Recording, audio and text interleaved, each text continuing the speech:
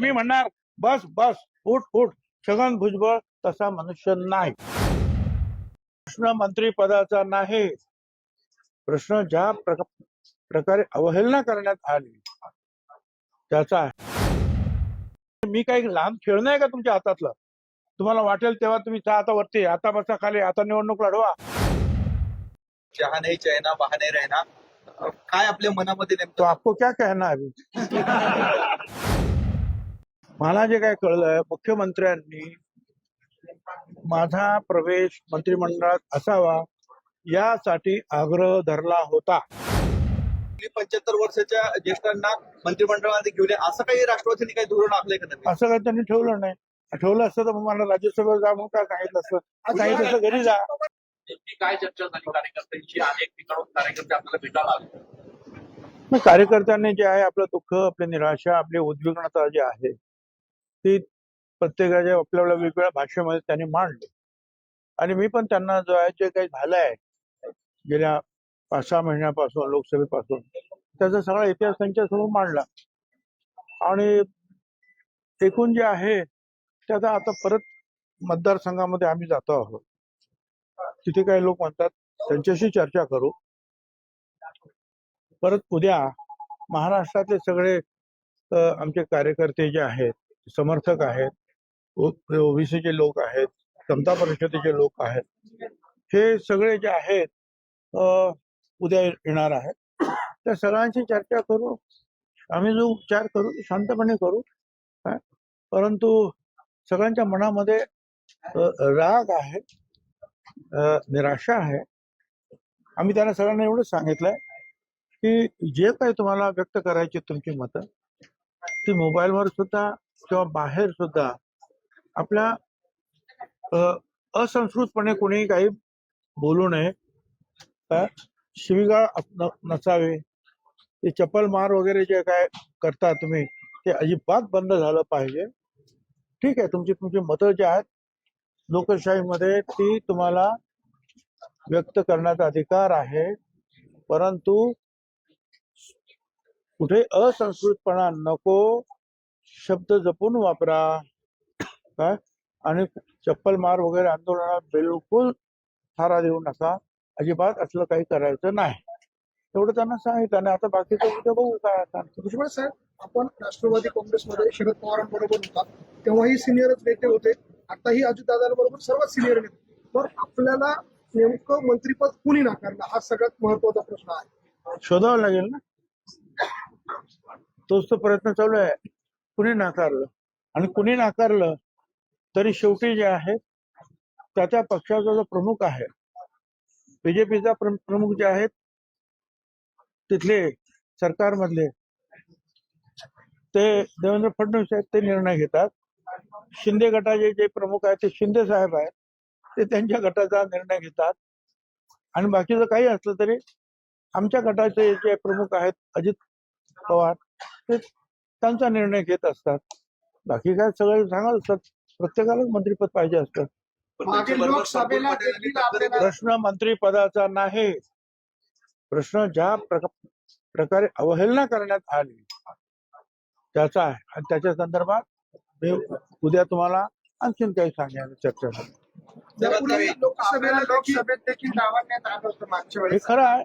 त्यांनीच सांगितलं होतं लोकसभेमध्ये उभे राहा म्हणून. होळीच्या दिवशी मी इकडे आम्ही निघालो, आम्हाला ताबडतोब म्हणे परत या. आणि त्यांनी सांगितलं की मोदी साहेबांनी आणि अमित शहा साहेबांनी सांगितलं की नाशिकला भुजबळच उभे राहणार. मी म्हटलं बरं आमची तयार नाही, आम्हाला तुम्ही एकदम शॉक केला. 24 तास द्या, आम्ही उद्या सांगतो तुम्हाला. परत उद्या गेलो, म्हटलं दुसरं कोणाला समीरला उभं करा, दुसरं कोणाला नाही. म्हणजे तुमचं नाव त्याने प्रकर्षाने घेत तुम्ही उभे राहा. मग 1 महिना मग आम्ही इथे आलो. काय सगळी तयारी झाली आणि एक चांगलं वातावरण निर्माण झालं. अर्थात एक तर सर्व समाजाचे, मग दलित, मुस्लिम, आदिवासी, ओबीसी, काय अगदी ब्राह्मण समाजाचे लोक सुद्धा येऊन, आणि विशेषतः ज्यांना नाशिकच्या डेव्हलपमेंटमध्ये रस आहे ते सगळी जी मंडळी जी आहेत ती येऊन गेली की तुम्ही बरं झालं, आम्ही तुमच्या पाठीमागे उभं राहणार. आता नाशिकचे पाऊल आणखीन एक पाऊल पुढे पडलं. आम्ही प्रयत्न सुरू केले. पण 1 आठवडा झाला, 2 आठवडे झाले. खरं म्हणजे जर तुम्ही आम्हाला एवढ्या यांनी सांगितलं की तुम्हाला उभं राहायचं आहे तर 8 दिवसामध्ये तुम्ही नाव जाहीर करायचं, 15 दिवसात करायचं. पण 1 महिना झाला तरी सगळ्यांच्या अख्ख्या महाराष्ट्राची नावं जाहीर झाली आणि आमचं नाव जाहीर होत नाही. मग मी म्हटलं ठीक आहे, आता माघार घेतो. कारण मी अशा प्रकारचे जे आहे आस लावून डोळे लावून बसणार नाही तुमच्या तिकिटासाठी. धन्यवाद. साहेब, काल आपल्या ओठी एक गाण्याच्या ओळी होत्या, जहा नाही चैना बहा नाही रहना. काय आपल्या मनामध्ये तो नेमकं आपको क्या कहना है अभी? जो सही है तो कह दिया. हो हो साहेब, और क्या करना? मुख्यमंत्र्यांची याच्यावर काय प्रतिक्रिया होती? आपण काही वक्तव्य केले होते. मला जे काय कळलंय, मुख्यमंत्र्यांनी माझा प्रवेश मंत्रिमंडळात असावा यासाठी आग्रह धरला होता आणि निश्चित ते मी कन्फर्म करून घेतले. साहेब मंत्रिमंडळात एक जागा घेतली आहे तुमच्यासाठी. चला आता बाकीचं काय. प्रफुल्ल पटेल असं म्हटले की राज्यसभेवर तुम्हाला हो पाठवलं. मला हे बघा, लोकसभेवर मी जातो म्हणालो, ऐन वेळा तुम्ही कच खाल्ले, नाव जाहीर नाही केलं. राज्यसभेची जागा आली, मी म्हटलं मला जाऊ द्या, त्यांच्या सुनीता ताईने पाठवायचं. मी म्हटलं मग ठीक आहे, आता मी काय बोलत.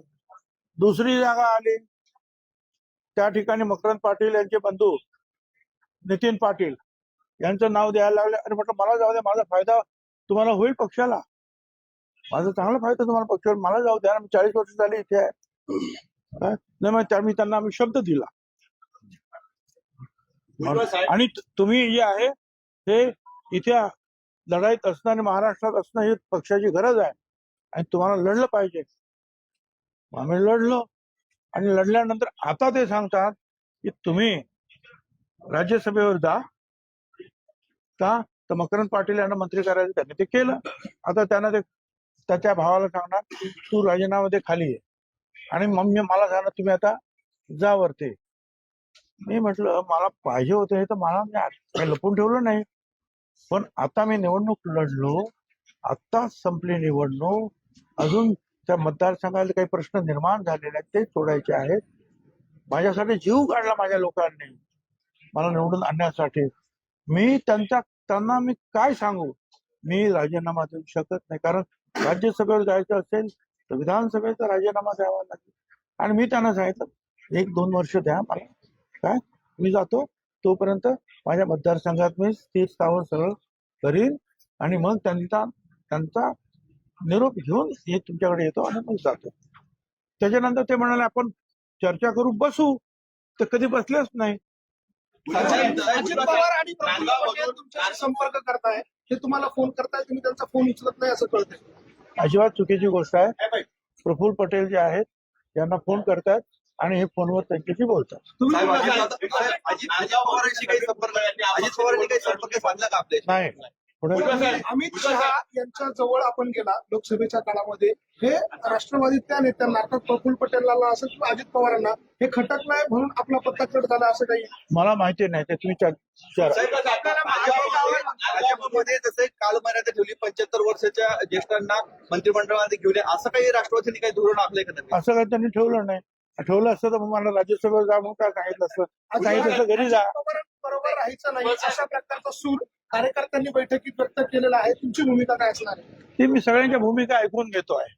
साहेब, आपण काय बोलणार? भूमिका ऐकून घेता आपण काय? पण मी तुम्हाला सांगितलं मला मतदारसंघाला जायचंय. मला उद्या मी महाराष्ट्रातले लीडर्स येणार आहेत, सगळे लोक भेटणार. पण बघू. प्रफुल्ल पटेलांनी असं म्हटलंय मला राज्यसभेवर पाठवायचं हे तुम्हीच त्यांना म्हटले होते. त्यावेळेला 4-6 महिन्यापूर्वी त्यावेळेला होय, त्यावेळेला माझं ऐकलं नाही.